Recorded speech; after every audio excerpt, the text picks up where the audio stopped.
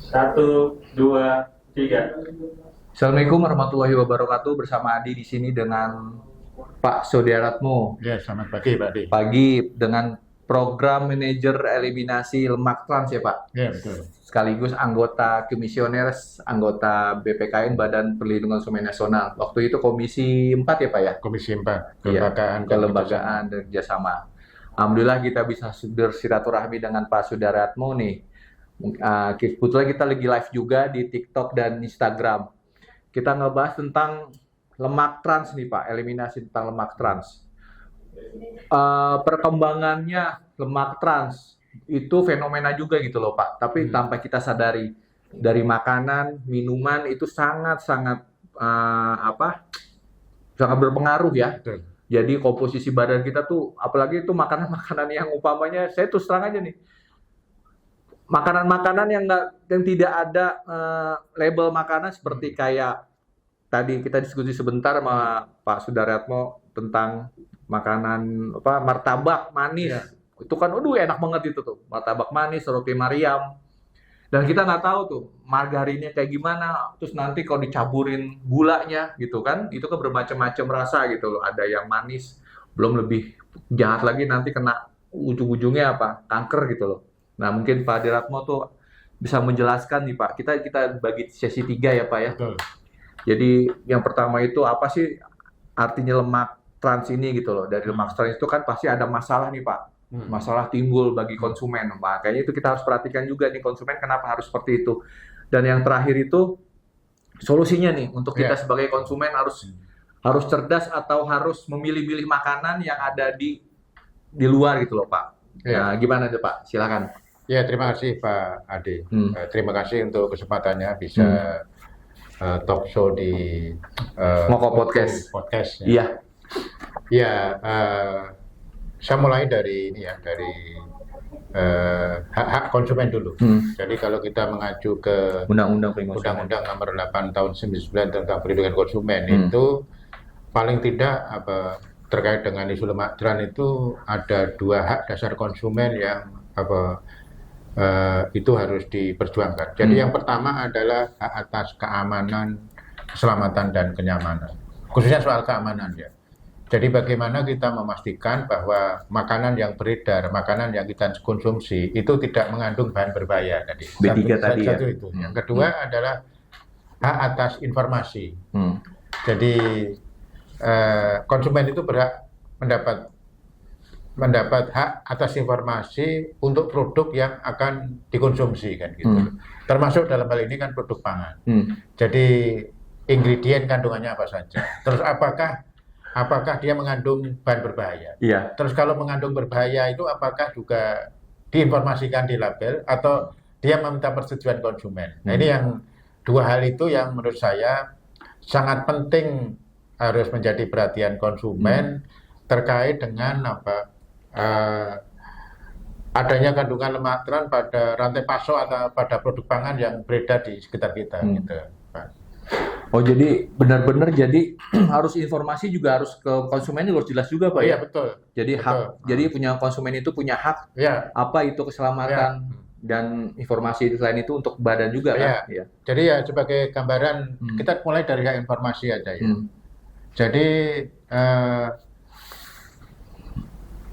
hak informasi itu kita dapatkan di dalam label atau kemasan untuk produk olahan, untuk produk olahan dulu ya, untuk produk olahan dalam kemasan. Nah, di label itu kan ada informasi nilai gizi, ada informasi nilai gizi. YLKI tahun 2023 itu sudah melakukan food label analisis produk biskuit dan sejenisnya. Kita beli 119 di retail. Satu retail mewakili kelompok menengah bawah, satu retail mewakili menengah atas. Nah, kemudian kita pelototi apakah dia mencantumkan informasi lemak trans. Dari total sampel itu 71% itu tidak mencantumkan. Sebentar Pak, lemak trans itu apa sih Pak sebetulnya sih Pak? Nah, yang kita ngobrol-ngobrol panjang gitu. Lemak trans itu apa sih Pak? Jadi kalau di informasi, kemudian di ingredient. Di ingredient itu kan gini ya, di ingredient itu kalau kita perhatikan itu apakah dia mengandung lemak nabati kan? Oh, lemak nabati. Lemak trans itu sebenarnya asalnya dari lemak nabati, dari tumbuhan tadi, dari tumbuhan tadi. Jadi kalau makanan kalau lemak nabati dalam kondisi natural cair itu kan tidak tahan lama. Dalam bahasa Jawa apa ya, mudah tengik itu ya. Iya, bau. Iya, itu ketika produknya melimpah dan dia bisa tahan lama, itu ada teknologi yang dia bisa membuat tahan lama, yaitu proses hidrogenasi. Proses hidrogenasi. Hidrogenasi itu ada hidrogenasi penuh, ada hidrogenasi parsial. Nah, kalau hidrogenasi parsial itu lemak nabati yang awalnya cair, dia jadi padat dalam suhu ruang. Jadi berubah ya, berubah wujud ya. Berubah dalam suhu ruang dan dia tadi tahan lama dan bikin makanan menjadi renyah tadi. Nah, ini yang ketika dilakukan hidrogenasi parsial tadi, muncullah lemak trans tadi. Makanya tadi kenapa kok di biskuit ada lemak transnya? Karena tadi dia sudah dilakukan minyak nabati tadi sudah dilakukan hidrogenasi. Jadi dipembekuin. Iya, jadi tidak ada bentuk cair tadi tapi padat tadi. Padat kan? Padat tadi. Jadi biskuit itu jadi renyah. Iya, jadi renyah. Berpengaruh kan? Tahan lama. Tahan lamanya itu yang. Jadi memang lemak trans dalam makanan itu bukan dalam bentuk cair, tapi sudah dalam bentuk padat karena dilakukan hidrogenasi tadi. Nah, yang YLKI soroti adalah tadi kalau di label kan ada ingredient. Ingredient ini komposisi kan. Nah, itu kalau kita bandingkan dengan pelabelan di beberapa negara, di kita itu memang masih ketinggalan. Jadi dari survei analisa label yang kita lakukan, rata-rata dia hanya mencantumkan mengandung minyak nabati aja. Oh, keterangannya hanya keterangannya itu minyak ya? nabati. Tidak. Minyak nabatinya dari apa? Dari apa nggak kita ada. tahu? Nggak ada kan? Bisa dari soya itu apa ya? Kedelai. Ya, benar. Bisa bunga matahari. Oh. Bisa dari palm oil. Iya, minyak sawit. Minyak sawit. Satu itu. Kita itu hanya nabati. Tidak menjelaskan secara spesifik ya? Tidak jelaskan minyak nabati itu dari apa. Satu itu. Yang kedua, di sejumlah pelabelan di sejumlah negara, dia tidak hanya berhenti situ, tapi dia juga harus ada informasi menggunakan minyak nabati itu dilakukan hidrogenasi enggak gitu. Jadi tadi perubahan wujud itu kan? Kalau hidrogenasi saya harus sebutkan. Oh, ini minyak nabati dari kedelai yang dilakukan proses hidrogenasi parsial kan gitu. Jadi itu yang di pelabelan kita itu, jadi konsumen itu tidak tuntutan informasi itu tidak cukup hanya minyak nabati, tapi harus nabatinya dari apa, dilakukan hidrogenasi parsial, sebagaimana pelabelan di banyak negara. Kalau negara lain justru sudah ada seperti itu ya? Ya, kita pernah tanya ke Badan POM. Badan POM, kenapa informasinya terlalu umum hanya minyak nabati? Ya, dia menjawab gini, kalau minyak hewani itu ada asalnya, Pak, karena itu terkait dengan kehalalan. Iya, benar. Tapi kalau nabati karena nggak berhubungan dengan kehalalan, itu cukup banyak nabati aja. Tapi kan dalam konteks kesehatan yang berbahaya kan jadi penting. Takutnya gini loh, Pak, ada yang pasien itu kan alergi. Betul. Nah, itu kan antisipasi seperti itu. Kayak alergi umpamanya nih, ada anak gitu, alergi kacang-kacangan. Ya, betul. Ada anak alergi sama buah-buah apa gitu kan, itu nabati juga gitu kan. Jadi artinya kan dalam konteks pemenuhan hak informasi, kalau dia mengandung minyak nabati itu harus disebutkan minyak nabati dari apa kan kira-kira. Oh, itu. Itu yang di kita aturannya itu belum jelas. Aturannya itu tidak hanya belum jelas. Memang cukup minyak nabati itu sudah sesuai dengan aturan kan gitu loh. Oke. Jadi memang ini harus kita mendorong Badan POM untuk ada perubahan aturan dari kalau mengandung minyak nabati itu harus menyebutkan tadi asal nabatinya itu dari tumbuhan apa dan tadi dilakukan hidrogenasi atau tidak. Takut anak lagi makan gitu, tiba-tiba kolaps. Jangan salahin siapa. Makanan biskuit, padahal biskuitnya itu nggak masih bagus, nggak tahu diterusurin itu anak ternyata itu alergi sensitif sama barang-barang yang seperti itu. Kita kan nggak tahu, Pak, gitu kan? Asal anak-anak kan masih nyomot makan aja. Oh, seperti itu. Dan orang tua pun akhirnya jadi awas nih, harus berhati-hati bahwa Jadi jangan sampai gitu bawa makanan-makanan itu masuk ke perut anaknya sendiri gitu loh. Itu penting ternyata ya. Ya, itu satu hak informasi ya. Kemudian yang kedua adalah hak atas keamanan ya. Jadi sejarahnya lemak trans itu kan dimulai di Amerika tahun 1930-an ketika produk kedelai melimpah. Terus dijadikan minyak kan, minyak nabati dari kedelai. Terus supaya tahan lama dilakukan hidrogenasi. Dan dalam bentuk partial hydrogenated oil, jadi PHO namanya. Nah, itu menjadi komoditas diperdagangkan secara global dan itu bisa tambahan untuk campuran untuk bikin biskuit macam-macam. Awalnya ketika lemak trans ini ditemukan di makanan karena proses hidrogenasi tadi, itu Badan POM-nya Amerika, US FDA itu menyatakan bahwa lemak trans itu aman. Istilahnya dia generally recognized as safe kan itu. GRAS itu aman. Tapi seiring dengan perkembangan zaman kan, kalau di Amerika itu kan setiap zat baru itu kan selalu diupdate kan. Apakah ini berbahaya, punya efek samping atau tidak. Tahun 2015, 2013 itu ada kajian oleh Badan POM-nya di Amerika itu. Sampai akhirnya tahun 2017 itu status amannya itu dicabut lemak trans tadi.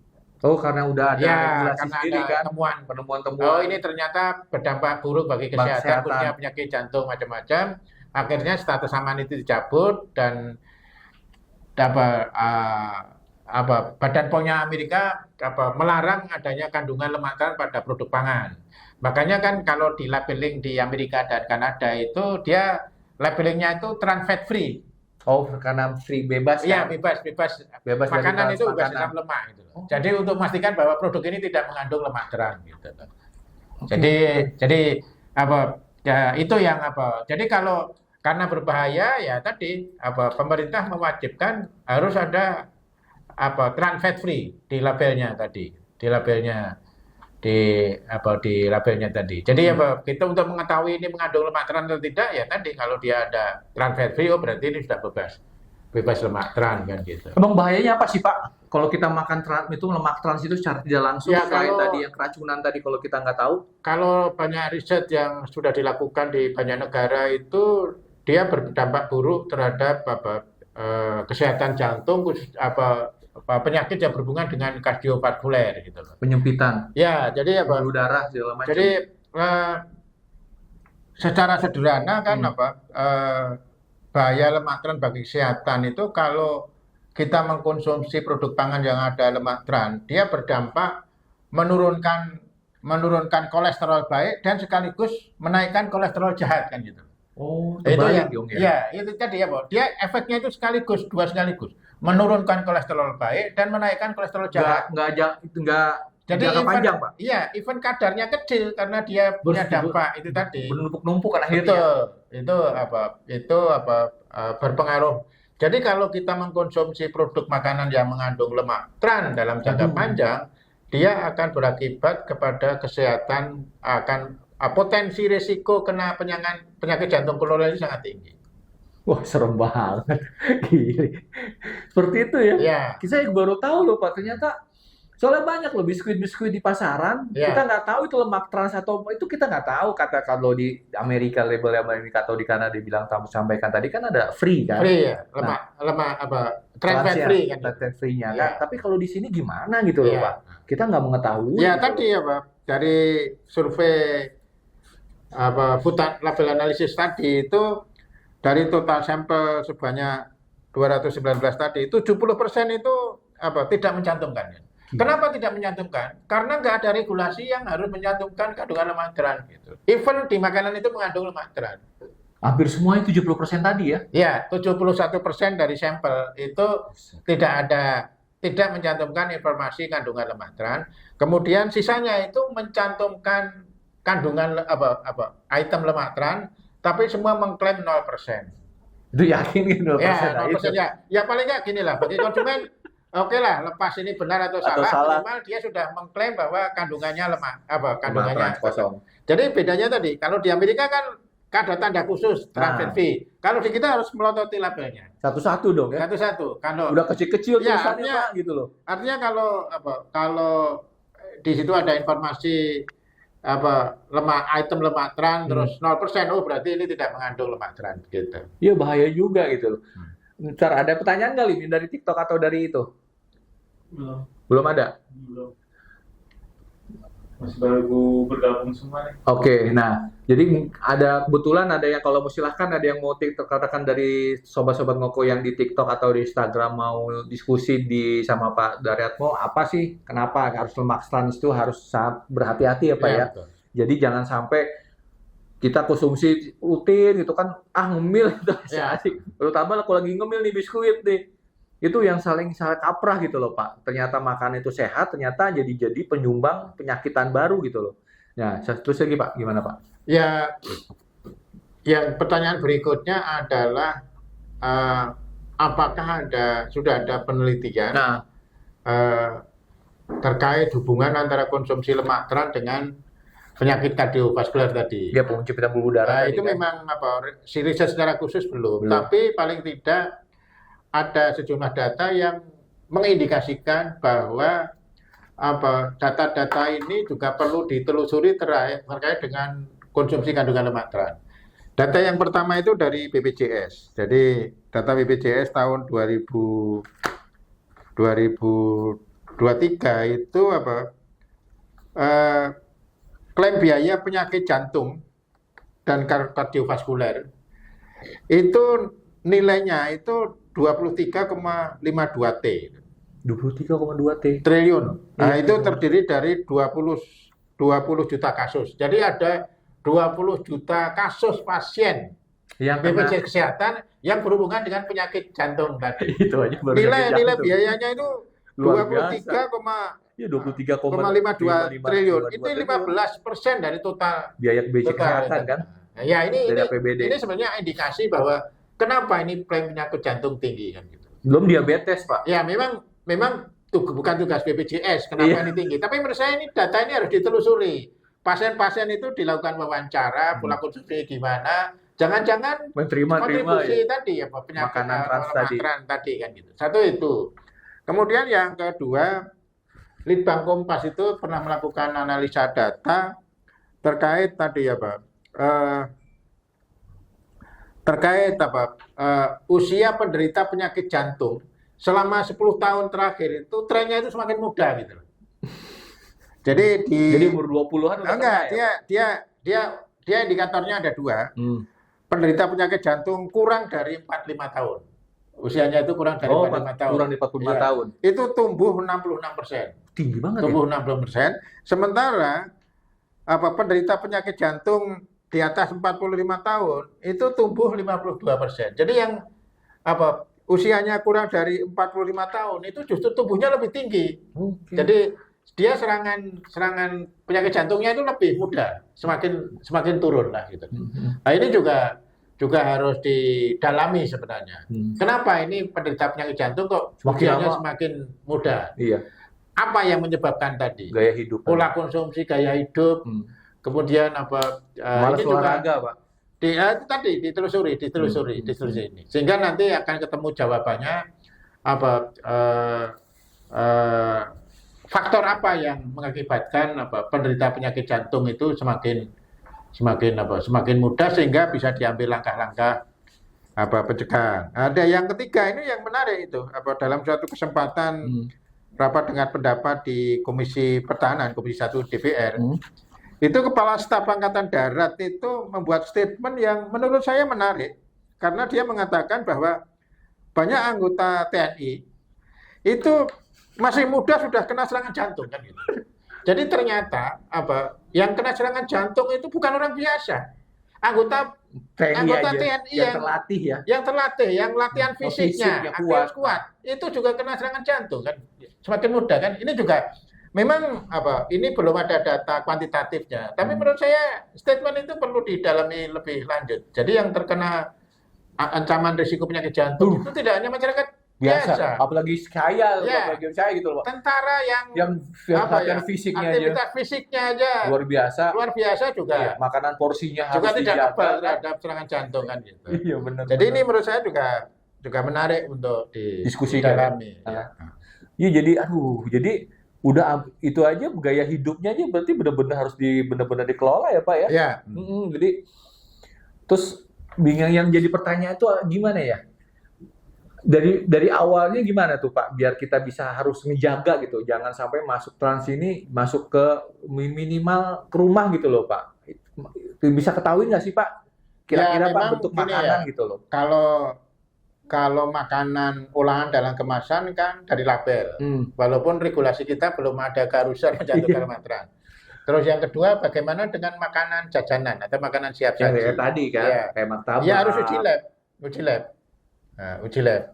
Memang ini kelemahan di kita. Sampai saat ini baru ada penelitian uji lab makanan yang berada di pasar, di lapangan, apakah mengandung lemak trans atau tidak. Itu dilakukan WHO Indonesia dan IPB University. Cuma memang sampelnya itu masih sangat sedikit, cuma 130 sampel.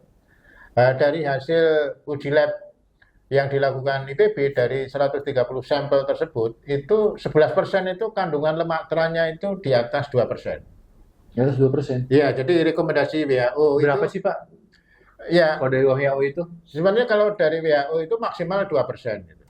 Maksimal 2%. Tapi temuan dari uji lab IPB itu 11% dari total sampel tadi itu kandungan lemak trans itu di atas 2% kan gitu loh.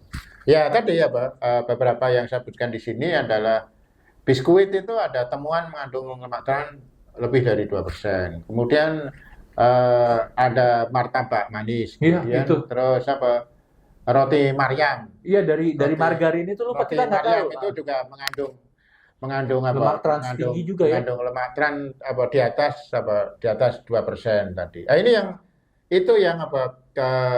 jadi cara kita mengetahui ya mestinya pemerintah itu memperbanyak uji laboratorium. Walaupun memang untuk menguji lemak trans itu juga sarana laboratorium kita itu masih terbatas, termasuk Badan POM. Karena kenapa itu dilakukan di IPB? Itu karena lab mereka juga memenuhi standar WHO. Jadi kalau penelitian itu dilakukan di labnya Badan POM, belum tentu bisa mendeteksi kandungan lemak transnya kan gitu. Jadi memang kita ada problem di sarana laboratorium. Ya margarin aja kan kadang-kadang juga nggak cuman di labelin ini nabati gitu kan? Ya betul. Tapi nggak di asal muasal itu dari nabati mana kan margarin. Ya. Kadang-kadang margarin itu pemicu loh Pak, antara margarin sama mentega kan hampir beda tipis gitu. Ya. Cara pengolahannya aja kan, seperti itu. Jadi harus penting juga berarti ya, jangan sampai ngonsumsi, apalagi kan kalau malam-malam enak gitu loh Pak, makan malam martabak gitu, martabak manis, martabak bangka gitu, roti Maryam. Nah sebelum closing statement nih Pak, kita diskusinya habis selesai, ada nggak Pak closing statement yang untuk gimana nih konsumen ini harus lebih waspada lagi tentang lemak trans? Ya sebenarnya ini ya, pertama ini ya, belajar dari negara lain kayak Denmark. Denmark itu negara pertama yang punya regulasi eliminasi lemak trans. Denmark ya? Ya tahun 2003. 2003 itu karena dia punya data korelasi antara konsumsi lemak trans dengan penyakit jantung, dia 2003 itu melakukan intervensi dalam bentuk regulasi, yaitu tadi larangan adanya kandungan lemak trans pada produk pangan tadi. Hasilnya itu 10 tahun berikutnya itu sudah bisa menurunkan 20% penderita penyakit jantung. Jadi akhirnya ujung-ujungnya ke pemerintah juga membatasi pelayanan kesehatan bidang tadi kan? Kita kalau kita bikin regulasi tadi itu memang hasilnya itu akan terasa 5-10 tahun ke depan. Jadi yang sekarang angkanya 23T itu tadi turun 10% ini udah lumayan. Udah lumayan. Untuk berapa yang pendidikan ya, untuk dialihkan ke infrastruktur yang lain. Berapa yang dihemat. Jadi memang salah satu yang bisa dilakukan itu di level pemerintah itu adalah membuat regulasi tadi adalah batasan kandungan lembatan pada pangan. Maksimal 2% sesuai dengan rekomendasi WHO. Yang kedua tadi melarang perdagangan PHO.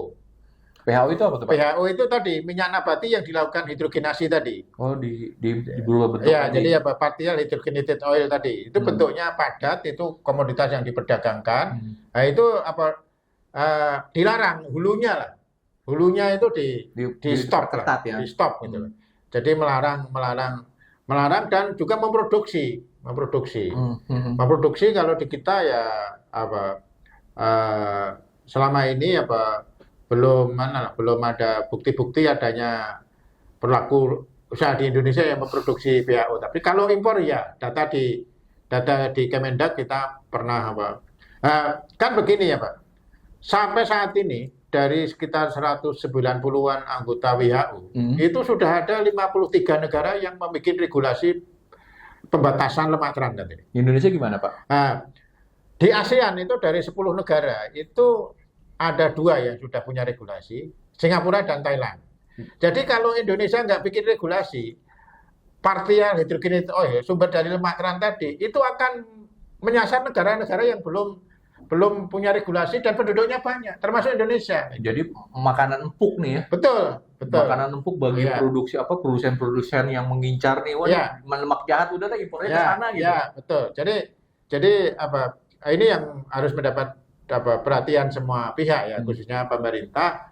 Pentingnya adanya intervensi regulasi dalam bentuk pembatasan kandungan lemak trans pada produk pangan dan pelarangan partial hydrogenated oil gitu. Aduh, serem banget jadi. Jadi itu dari sisi pemerintah ya. Kalau dari sisi produsen ya tadi dia komitmen mestinya tadi terkait dengan transparansi produk. Kalau dia mengandung lemak trans ya mestinya diinformasikan di label. Kan? Sebetulnya kan ada anjuran sih Pak. Label itu kan ada yang sukarela kan? Ya. Ada yang sukarela, ada yang kalau undang-undangnya. Jadi istilahnya produsen juga harus bertanggung jawab dengan produknya sendiri harusnya.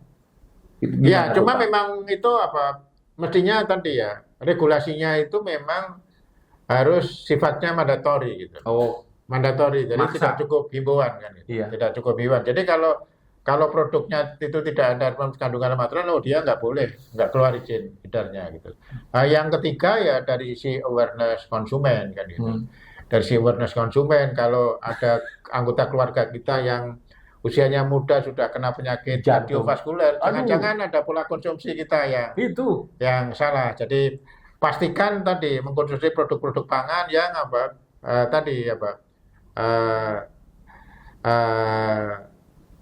bebas tidak dari mengandung lemak itu lagi tadi ya. Ada lemak trans tadi. Jadi potensi adanya kandungan lemak trans itu selain dari label itu juga tadi dari sisi proses penggorengan. Pemanasan, dipanaskan kan? Ya, jadi penggorengan dengan suhu tinggi. Di frying itu potensi munculnya lemak trans juga tinggi. Sama tadi penggunaan minyak goreng berulang-ulang itu juga potensi menimbulkan kandungan lemak trans di gorengan kita, itu yang harus dipastikan. Iya, maksimal kan 2 kali. Iya, makanya kan kalau beberapa penderita penyakit jantung itu kan rekomendasinya itu kan mengkonsumsi minyak sehat. Minyak sehat itu ada yang dia merekomendasikan minyak goreng dari kelapa. Iya. Dan hanya boleh dipakai goreng sekali gitu. Dan itu masuk akal. Iya, sekali harus dibuang gitu. Jadi bukannya nggak boleh, tapi pastikan menggunakan minyak goreng berarti sehat. Selain itu juga makanan-makanan yang pinggir-pinggir jalan kayak pecel lele gitu loh Pak. Sampai hitam gitu. Jadi itu bisa lemak trans kan, berubah wujud kan. Betul. Jadi ya makanya, jadi selain itu juga ada makanan kuliner yang khas Indonesia. Ya memang juga. Tadi yang paling susah bagi konsumen adalah bagaimana kita memastikan makanan siap saji, makanan siap saji kita itu tidak mengandung lemak trans karena di luar kontrol kita kan, di luar kontrol kita. Kalau kita goreng di rumah masih mending lah, pilih menggoreng sekali, pilih minyak sehat. Beberapa dokter itu dia merekomendasikan minyak goreng dari kelapa, dari Iya ya. Kalau orang yang mungkin orang yang berpendidikan atau yang masih paham lah tentang makanan sehat sih masih mending ya. Cuman orang yang nggak tahu ini Pak, makanya kita mengedukasi Ya, juga nih. itu pentingnya intervensi dalam bentuk regulasi. Jadi semua Kalau paham. regulasi kan apa? Iya itu kali Pak ya. Jadi kita juga nggak tahu dong Pak, makan biskuit apa aja kita nggak tahu dong Pak. Nggak pernah di blow up gitu itunya. Ya justru tadi kembali ke awal, fokus atau konsen YLKI adalah apa? Konsumen berhak mendapat informasi. Jadi kalau suatu produk pangan itu mengandung bahan berbahaya yang membuat risiko terkena penyakit serangan jantung tadi, mestinya kandungan senyawa berbahaya itu diinformasikan di label. Ada yang nanya nih Pak, apa pertanyaannya? Dasar sih. Di sini ada yang bertanya itu dari akun TikTok itu Veronica, apa itu lemak trans? Itu yang pertama. Yang kedua dari Dania, itu lemak trans itu penyebab penyakit jantung. Pertanyaan juga. Terus yang ketiga dari F3R itu emangnya lemak trans itu dari makanan apa aja? Ah, tadi satu-satu apa? Dania apa? Dania itu apa lemak trans? Lemak trans. Terus bukan itu Veronica. Veronica, iya. Kalau Dania itu lemak trans itu penyebabnya penyakit jantung. Apa emang penyebabnya itu penyakit? Veronica Apa itu lemak trans? lemak trans. Terus kalau Dania Lemak trans itu apakah penyebab penyakit jantung? jantung ya. Ya. Selanjutnya tadi dari F3R itu F3R. emangnya lemak trans itu makanan dari apa? Emangnya, nah itu Pak, trans makanan dari apa? Oke, satu-satu dulu nih Pak. Veronica, balik lagi nih Pak. Lemak trans itu berpengaruh nggak penyakit jantung? Iya, sebelum itu tadi pertanyaan apa itu lemak trans dulu ya. Lemak trans. Jadi lemak trans itu ada dua di lapangan. Yang pertama adalah lemak trans yang muncul secara alamiah. Nah, itu ditemukan di dalam sisa proses metabolisme hewan berkaki 4 seperti sapi sama kambing. Jadi sebenarnya lemak trans itu secara natural ada. Tapi itu kandungannya kecil. Jadi ketika kita mengkonsumsi daging dari hewan berkaki 4 itu potensi ada asupan lemak trans ada, tapi kadarnya sangat kecil. Karena yang kedua adalah lemak trans industrial. Ini yang berbahaya kan? Ini yang dibikin. Jadi prosesnya adalah minyak nabati. Minyak nabati itu bisa dari kedelai, bisa dari bunga matahari, terus macam-macam ya, termasuk sawit, itu dilakukan proses hidrogenasi sehingga yang semula bentuknya cair itu menjadi padat dan tidak jenuh. Dia kalau ditambahkan dalam makanan itu menjadi renyah dan tahan lama. Mengkilap nggak tuh Pak? Akan lebih mengkilap nggak dari makanan itu kalau pakai minyak trans itu? Berbentuk jadi kayak biskuit kan kadang-kadang mengkilap gitu. Renyah. Oh, merenyah. Iya, bikin renyah dan itu tahan lama. Lifetime-nya jadi lebih panjang. Lebih luarnya lebih panjang tadi. Justru yang kita eliminasi itu adalah lemak trans industrial tadi. Karena kan dia bisa dikontrol kan. Dia bisa dikontrol. Yang kedua tadi penyebab penyakit jantung. Ya memang ini ya riset di banyak negara itu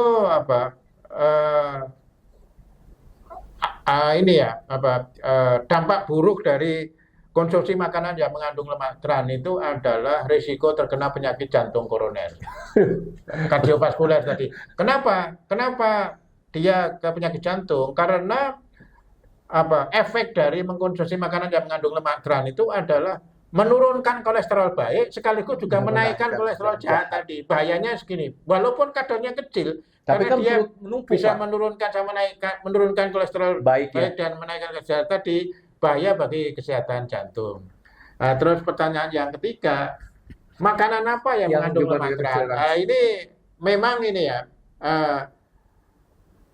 ini harus uji lab gitu loh. Ini harus uji lab. Nggak bisa asalin aja Pak ya. Jadi kalau makanan olahan dalam kemasan kita bisa mengetahui di dalam label informasi nilai gizi atau di ingredient. Tapi kalau makanan siap saji, makanan jajanan itu harus uji lab dan sampai saat ini itu baru baru ada satu penelitian, pengujian uji laboratorium yang dilakukan IPB dan WHO Indonesia. Dari 130 sampel itu 11% dari sampel tersebut itu mengandung lemak trans yang kandungan lemak transnya Tinggi. di atas 2% 2%. rekomendasi WHO. Apa aja tuh, Pak? Detail dari sampel yang mengandung makanan lemak trans itu bisa diakses di webnya WHO Indonesia. Oh, itu kelihatan. Bisa dipublish. Tapi secara umum dari beberapa produk yang mengandung lemak trans tinggi itu adalah martabak manis, kemudian kue Maryam, terus sampel biskuit itu juga kandungannya Tinggi ya? tinggi, 2%. sama tadi shortening. Shortening itu bahan baku. Maksudnya bahan baku itu apa tuh, Pak? Bahan baku untuk pembuatan roti, kue, macam-macam gitu. Itu salah satunya. Detailnya nanti bisa diakses di websitenya WHO Indonesia terkait dengan hasil uji laboratorium makanan yang mengandung lemak trans. Iya, jadi kayak apa ya? Kita kan nggak tahu jantung tuh di dalam loh, Pak. Iya. Kalau bisul kelihatan, bisul sakit Ya, gitu kan, bisa betul. diobatin gitu. Nah kalau jantung, koroner, kalau kelihatannya sehat, gagah gitu kan, tiba-tiba ambruk. Nah itu kan kita nggak tahu itu. Jadi itu penyebab itu bener-bener ngeri juga ya kayak gitu ya Pak ya? Ya, menurut saya tadi data BPJS itu mestinya ditelusuri sampai ke gaya hidup, pola konsumsi. Ini apa sih kok klaim penderita penyakit jantungnya tinggi kan gitu. Jadi tidak hanya memang itu bukan tugas BPJS lah, tapi itu harus dicari jawabannya kenapa klaim peserta BPJS itu penyakit jantung itu cukup tinggi kan gitu. Iya, itu aja belum baru itu 23, sekian T aja tuh untuk jantung ya. Apalagi yang belum diabetes. Ngurusin orang sakit akhirnya kan untuk yang pendidikan tuh hilang jadi gitu. Jadi kan kalau setengahnya aja bisa 10% aja. Kalau bisa dihemat 10% aja bisa untuk infrastruktur pendidikan, segala macam buat gizi anak gitu kan lebih utama. Ada lagi yang ada yang bertanya? Mungkin sejauh ini nggak ada berarti. Teman-teman sobat Moko ada yang ingin bertanya lagi apa tidak? Jika ingin bertanya boleh berkomentar. Dari Instagram juga lagi masih kosong nih Pak, belum ada ini. Biasanya sih paling banyak sih emang TikTok ya. Makasih ya atas nama Dania, Veronica, dan F3R yang udah komentar tentang apa itu lemak trans. Ada lagi Pak butuh disampaikan? Ya, sebagai penutup. Jadi kita sebagai konsumen itu tadi ya, kita punya hak atas keamanan, keselamatan dan keamanan. Kita itu tugasnya pemerintah dalam hal ini diantaranya Badan POM untuk memastikan bahwa semua produk pangan yang beredar di pasaran itu tidak mengandung bahan berbahaya. Satu itu. Terus yang kedua adalah hak konsumen informasi. Hak konsumen atas informasi. Jangan segan-segan bertanya kepada pedagang, kepada pelaku usaha, apakah makanan itu mengandung senyawa berbahaya atau tidak. Walaupun mungkin tidak bisa dijawab oleh pelaku usaha, tapi paling enggak kita untuk memastikan bahwa itu aman dikonsumsi. Gitu. Jadi kalau kita beli pecel lele tanpa mendeskripsikan produk pecel lele, kita bisa mengetahui prosesnya. Iya, kasat mata juga kelihatan. Prosesnya apakah ini minyaknya dipakai berulang-ulang. Atau kalau martabak manis pakai margarinnya atau menteganya tuh yang curah atau gimana gitu Pak. Kita kan nggak tahu tuh tipis atau pakai mesesnya tuh coklatnya curah atau enggak gitu kan bisa berpengaruh juga ya Pak. Itu aja Pak mungkin disampaikan cukup ya. Makasih. Gitu-gitu aja Sobat Ngoko diskusi kita sebentar 10 menit tentang lemak trans. Mungkin kalau ada diskusi ini bisa dipertanyakan, nanti bisa kita diskusi lagi tempat yang lain. Bisa nanti kita posting ya di YouTube, di TikTok atau yang di sosial media lainnya biar kita diskusi ini lebih agak panjang dan lebar, mungkin bisa lebih nuansanya lebih mencerdaskan konsumen. Makasih ya Pak Darmo atas waktunya. Assalamualaikum warahmatullahi wabarakatuh. Waalaikumsalam warahmatullahi wabarakatuh.